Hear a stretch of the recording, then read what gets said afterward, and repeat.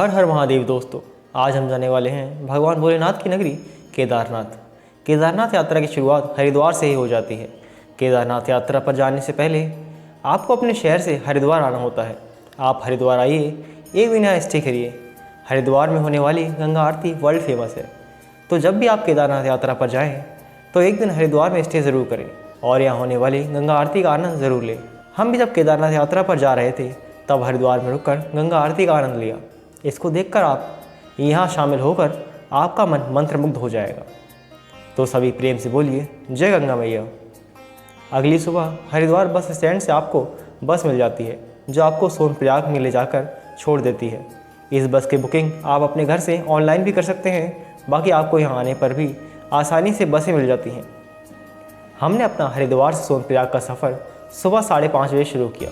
सोनप्रयाग के रास्ते में आने वाले प्रकृति के सुंदर नज़ारे आपका मन मोह लेंगे, जिनको आप अपने मोबाइल के कैमरे में ज़िंदगी भर के लिए संजो कर रख सकते हैं। सोनप्रयाग के रास्ते में बस आपको 1-2 स्टॉप पर रोकते हुए सोनप्रयाग तक ले जाती है।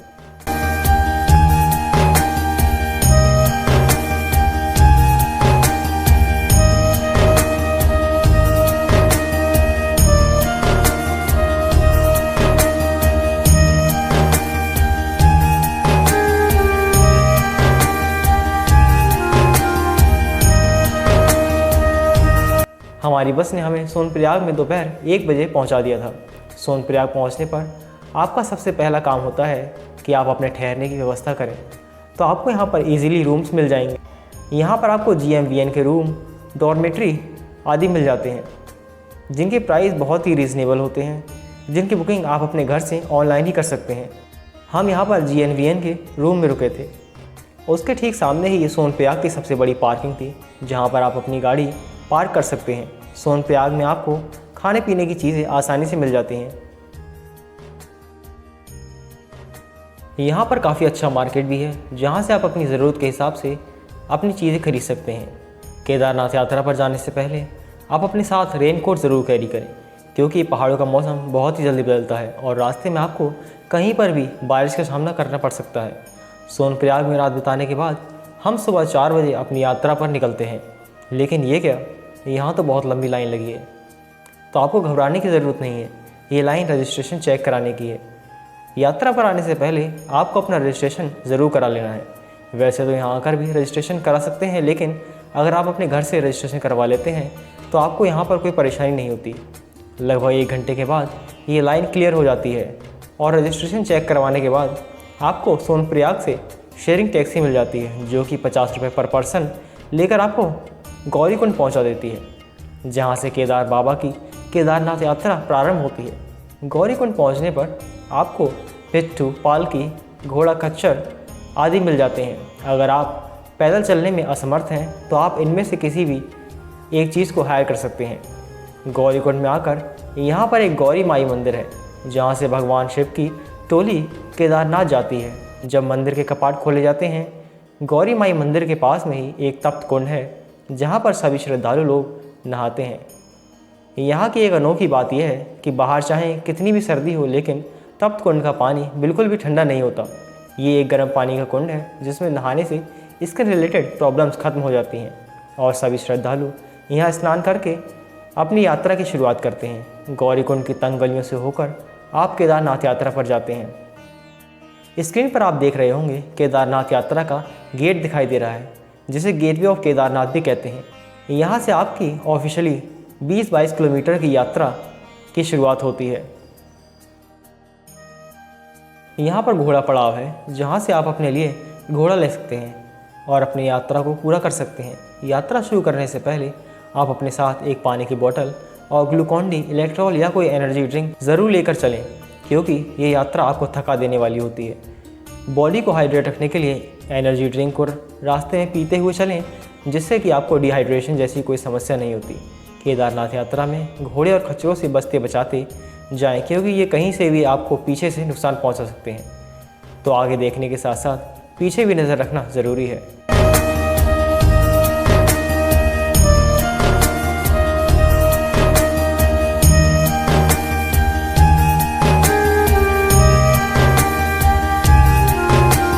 यात्रा में आपको अपने साथ एक डंडा या लाठी ज़रूर लेकर जानी है, क्योंकि ट्रैकिंग के वक्त ये आपका सहारा बनेगी। वैसे तो यात्रा में आपको थकान हो सकती है, लेकिन प्रकृति के सुंदर नज़ारे आपकी थकान को पल भर में दूर कर देंगे।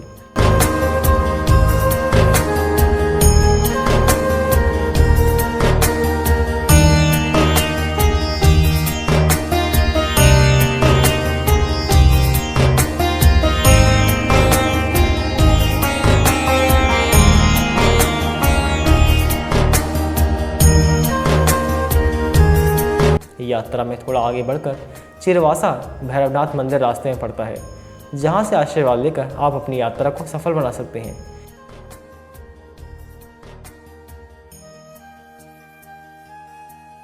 केदारनाथ यात्रा में आपको बहुत सारे वाटरफॉल देखने को मिलेंगे, जिनके पानी की फुहारे आपके दिल को खुश कर देंगे। यात्रा करते समय आपको रास्ते में खाने पीने की बहुत सी चीज़ें मिल जाएंगी, जैसे खीरा, फल फ्रूट, जूस, पानी, मैगी जैसी बहुत सारी चीज़ें आपको यहाँ आसानी से मिल जाएंगी। लेकिन ये सारी चीज़ें मैदानी इलाकों से ज़्यादा कॉस्टली होती हैं, तो अपने मन को समझा कर आएँ कि यहाँ पर खाना पीना थोड़ा कॉस्टली ही होगा।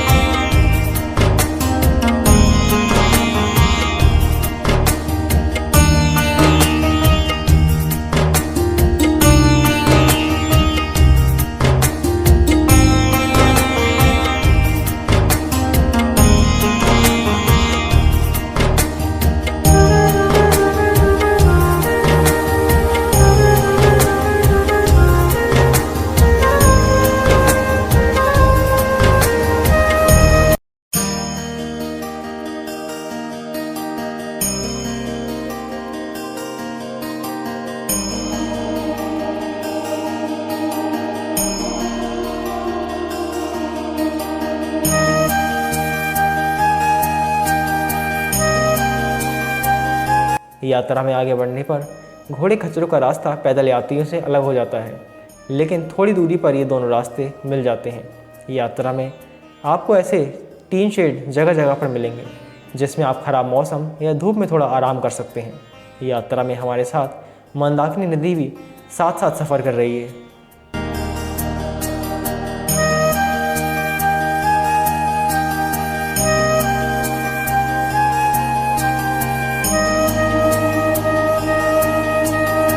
यहाँ भीमबली से हम एक पहाड़ से दूसरे पहाड़ की ओर बढ़ रहे हैं। रास्ते में ये पुल बना हुआ है, जिससे होते हुए हम अपनी आगे की यात्रा पूरी करेंगे।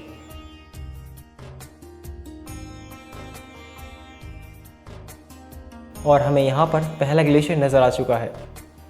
और ये जो एरिया आप देख रहे हैं, 2013 में आई आपदा से पहले यहाँ पर दुकानें वगैरह हुआ करती थी, लेकिन आपदा में ये सब तहस नहस हो गया और पहले इस लोहे के पुल से यात्रा होती थी, ये भी टूट चुका है।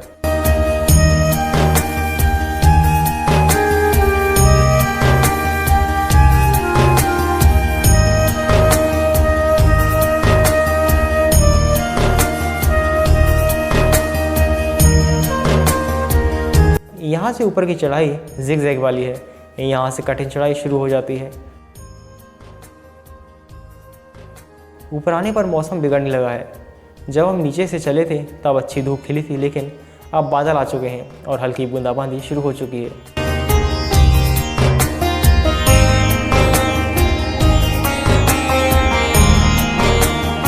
केदारनाथ यात्रा आप हेलीकॉप्टर के ज़रिए भी कर सकते हैं। हेलीकॉप्टर आपको फाटा, सिरसी, गुप्तकाशी से मिल जाते हैं।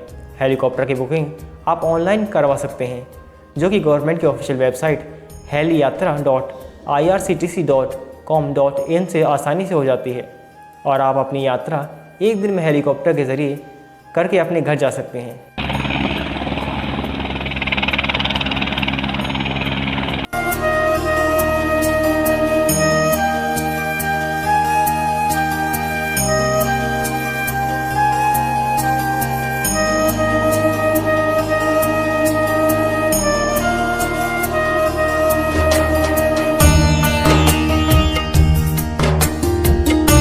यात्रा में आगे बढ़ते हुए हम पहुंच चुके हैं छोटी लिंचोली। यहाँ पर मेडिकल कैंप बना हुआ है।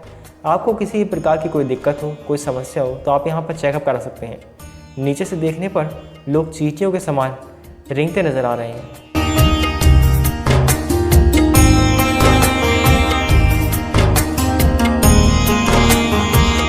अब हम छन्नी कैंप की ओर बढ़ रहे हैं। बेस कैंप यहाँ से 5.5 किलोमीटर और श्री केदारनाथ 7 किलोमीटर दूर है।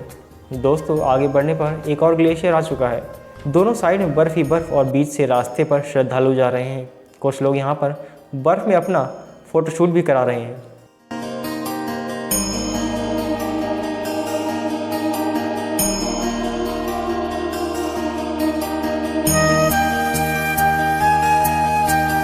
अब यात्रा में एक के बाद एक ग्लेशियर आते जा रहे हैं और इसी के साथ ठंडी हवाएं भी चलना शुरू हो गई हैं। ग्लेशियर के नीचे से पानी बह रहा है और कुछ लोग इन ग्लेशियर पर चढ़कर फ़ोटोशूट करा रहे हैं, जो कि रिस्की भी हो सकता है क्योंकि पता नहीं कहाँ बर्फ़ की परत पतली हो, तो ग्लेशियर पर सावधानी से जाएं।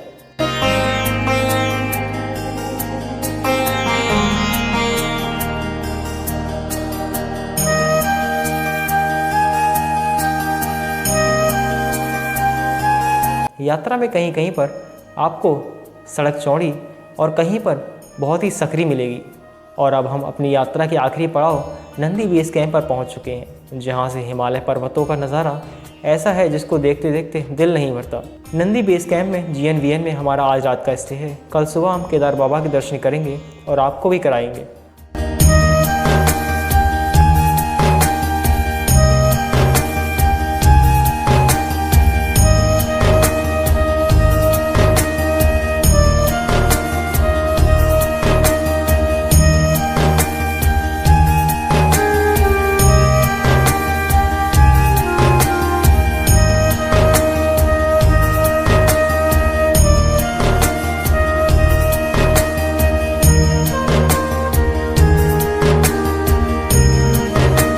रात के 2:30 बजे हम चल पड़े हैं भोलेनाथ के दर्शन करने। हमारे कैंप से 500 मीटर की दूरी पर ही केदारनाथ मंदिर था और हम पहुंच चुके हैं केदारनाथ धाम के परिसर में। तो बोलो जय श्री केदार। रात के समय मंदिर कुछ ऐसा दिखता है। इस नज़ारे को आप अपनी आंखों में बसा लीजिए।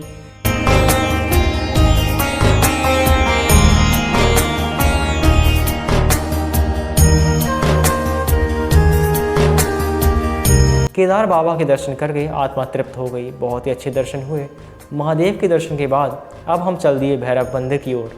कहा जाता है कि केदारनाथ मंदिर में दर्शन के बाद भैरवनाथ के दर्शन करना बहुत ज़रूरी है, नहीं तो आपकी यात्रा पूरी नहीं होती। सुबह 4 बजे हम भैरव मंदिर पहुंच गए। केदारनाथ मंदिर से 1-1.5 किलोमीटर दूर भैरव मंदिर स्थित है, जहाँ से केदारनाथ मंदिर नीचे नज़र आता है। कहा जाता है कि जब 6 महीने के लिए मंदिर के कपाट बंद कर दिए जाते हैं, तब केदार घाटी पूरी तरह बर्फ से ढक जाती है। तब भैरवनाथ ही केदारनाथ मंदिर की रक्षा करते हैं, इसलिए भैरवनाथ के दर्शन के बिना आपकी यात्रा अधूरी मानी जाती है।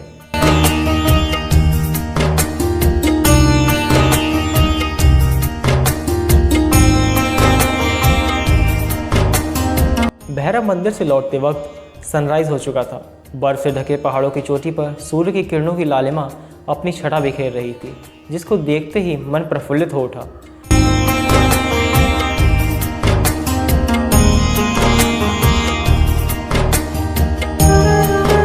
भैरवनाथ मंदिर के पास से लौटते वक्त हमें बहुत सारे पत्थरों के छोटे छोटे घर दिखाई दिए। बहुत सारे लोग यहाँ पर अपना घर बनाकर जाते हैं और अपनी मनोकामना पूरी होने की प्रार्थना करते हैं। केदारनाथ मंदिर के बैक साइड में ये बाबा जी सभी श्रद्धालुओं को शिवलिंग पर चढ़ा हुआ जल देते हैं, जिसको लोग बोतल में भरकर अपने घर ले जाते हैं।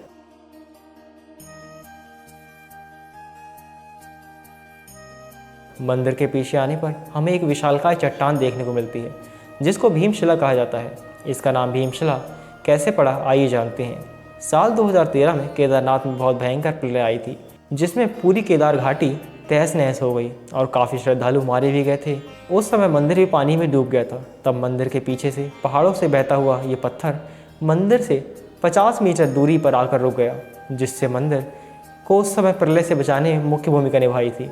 तब से इस चट्टान को भीमशिला के नाम से जाना जाता है और इसकी पूजा भी की जाती है।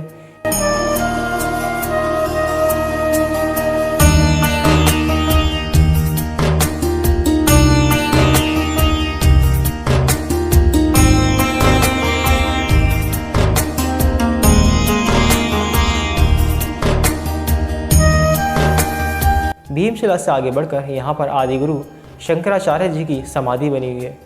जिसमें उनकी विशालकाय मूर्ति स्थापित है। आदि शंकराचार्य जी ने ही केदारनाथ मंदिर का पुनर्निर्माण कराया था।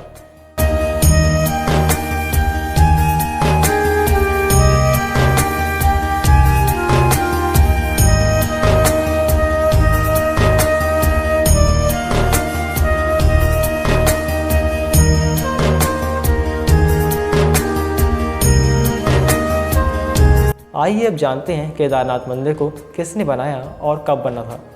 कथाओं के अनुसार महाभारत काल में जब पांचों पांडवों ने कौरवों को हराकर हस्तिनापुर पर राज्य कर लिया था, तब उनके मन में एक गिलानी थी कि उन्होंने अपने भाइयों को मारा है।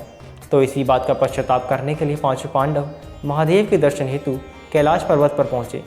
वहाँ महादेव को न पाकर वो उन्हें हिमालय के पर्वतों में ढूंढने लगे, लेकिन महादेव पांडवों को दर्शन नहीं देना चाहते थे, इसलिए महादेव पांडवों के सामने नहीं आना चाहते थे। महादेव को खोजते हुए पांचों पांडव केदार घाटी आ पहुँचे। पांडवों को वहाँ देखकर महादेव एक बैल का रूप धारण कर लेते हैं और अन्य पशुओं में जाकर छिप जाते हैं, लेकिन भीम की नज़र उस बैल बने महादेव पर पड़ गई। तब भीम ने अपने दोनों पैरों को दो पहाड़ों के बीच में फैला लिया, जिसके बाद सभी पशु पैरों के नीचे से निकल गए, लेकिन एक बैल वहीं रुक गया। ये देखकर भीम समझ गए कि ये महादेव ही हैं। तब उन्होंने बैल को पकड़ना चाहा, तब भीम के हाथ में उस बैल का पिछला हिस्सा यानी कुबड़ आ गया, जो कि आज श्री केदारनाथ मंदिर के गर्भगृह में शिवलिंग के रूप में मौजूद है। महादेव ने पांडवों की इच्छा शक्ति से प्रसन्न होकर उन्हें हत्या के पाप से मुक्ति दी और अंतर्ध्यान हो गए। इसलिए केदारनाथ मंदिर के अंदर पांचों पांडवों, द्रौपदी और श्री कृष्ण की मूर्तियाँ बनी हुई हैं। तो मित्रों, यही थी हमारी केदारनाथ यात्रा। तो आपको हमारी यात्रा देखकर आनंद आया हो तो कमेंट में हर हर महादेव ज़रूर लिखें और चैनल को सब्सक्राइब ज़रूर करें।